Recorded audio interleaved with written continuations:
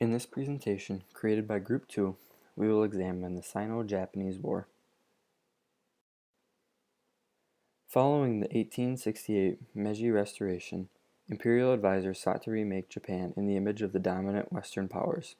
This included doing away with Japan's feudal system and its associated social order, establishing strong, centralized government controls, injecting a sense of nationalism into the general public, incorporating Western ideas and reasonings into Japanese thought, and, eventually, incorporating imperialism into Japan's foreign policy. The Sino-Japanese War was the culmination of those westernization efforts, and many features of how Japan experienced the war bore the unmistakable hallmarks of a westernized mindset. Japan's interest in predominating Korea put it in opposition to China, who had similar aims.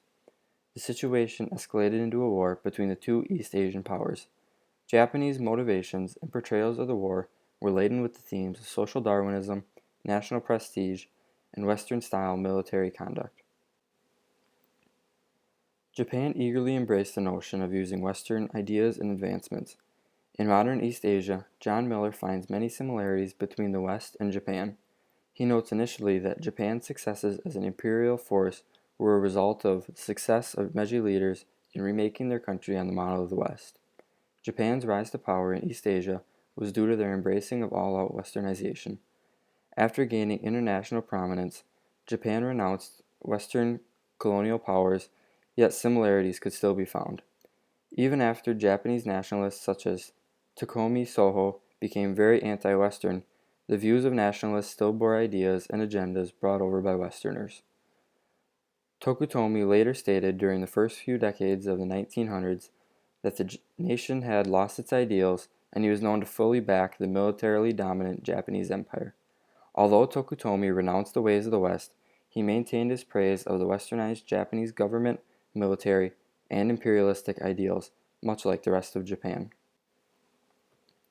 John Dewey's essay, housed on MIT's Visualizing Cultures website, discusses the importance of woodblock prints during the Sino-Japanese War. Woodblock print artists valorized Western notions of nationalism, militarianism, and imperialism. Woodblock prints were a major form of propaganda and news in Meiji Japan, and they were targeted to the average person. They were cheap and circulated to the masses, similar to modern tabloids. Woodblock print artists helped to create a sense of national culture and racial identity for the Japanese people. The prints came in a variety of forms.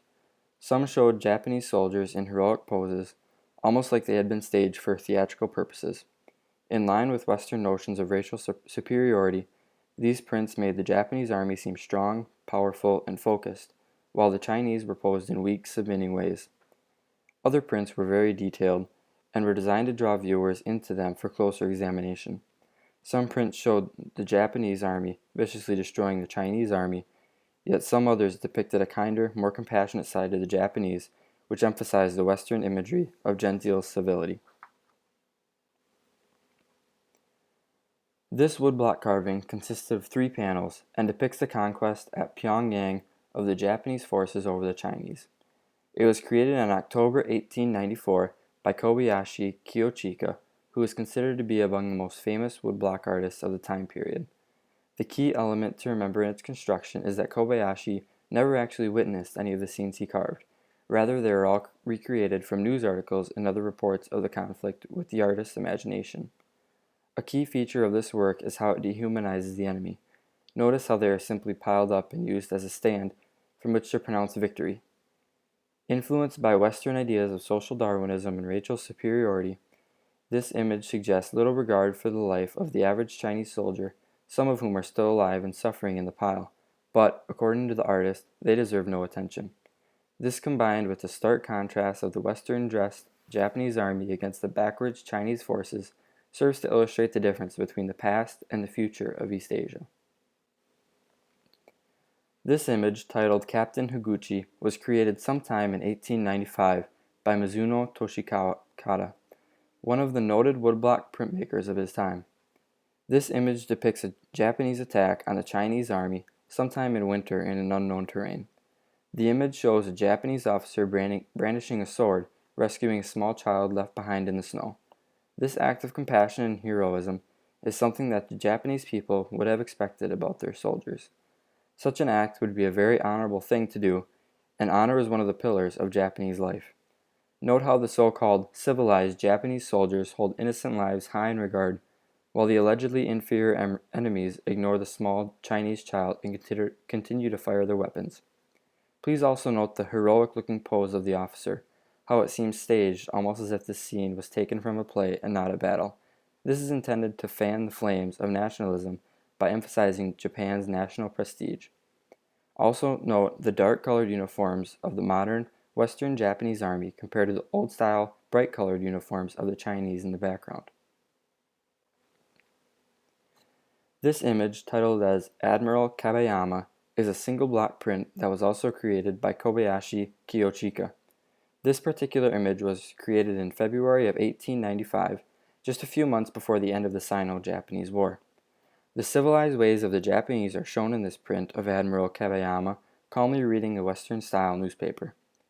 By creating this image to be seen by the Japanese public, a nationalistic feeling of calm satisfaction and success with the actions of the military could be spread.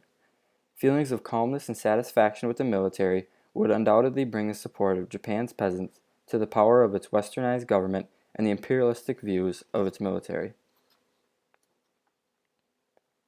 As previously mentioned, woodblock prints all serve to promote Japan's national prestige and give the average Japanese citizens a sense of unity, if not racial superiority. Each image presented above bore similar themes, but sought to emphasize them from various perspectives. All three images focused on Japanese dominance over their racially inferior enemies. They portrayed Japan's heroes as valorous and with a strong sense of civility. The ultimate effect of these images was to promote support for the Western-style imperial foreign policy of the Japanese state. The main emphasis of Banzai for Japan was to contrast the dominant and powerful Japanese race over the weak and backwards Chinese.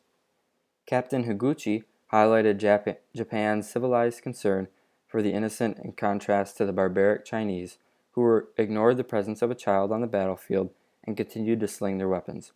Finally, Admiral Kabayama focused on the genteel civility in the face of victory.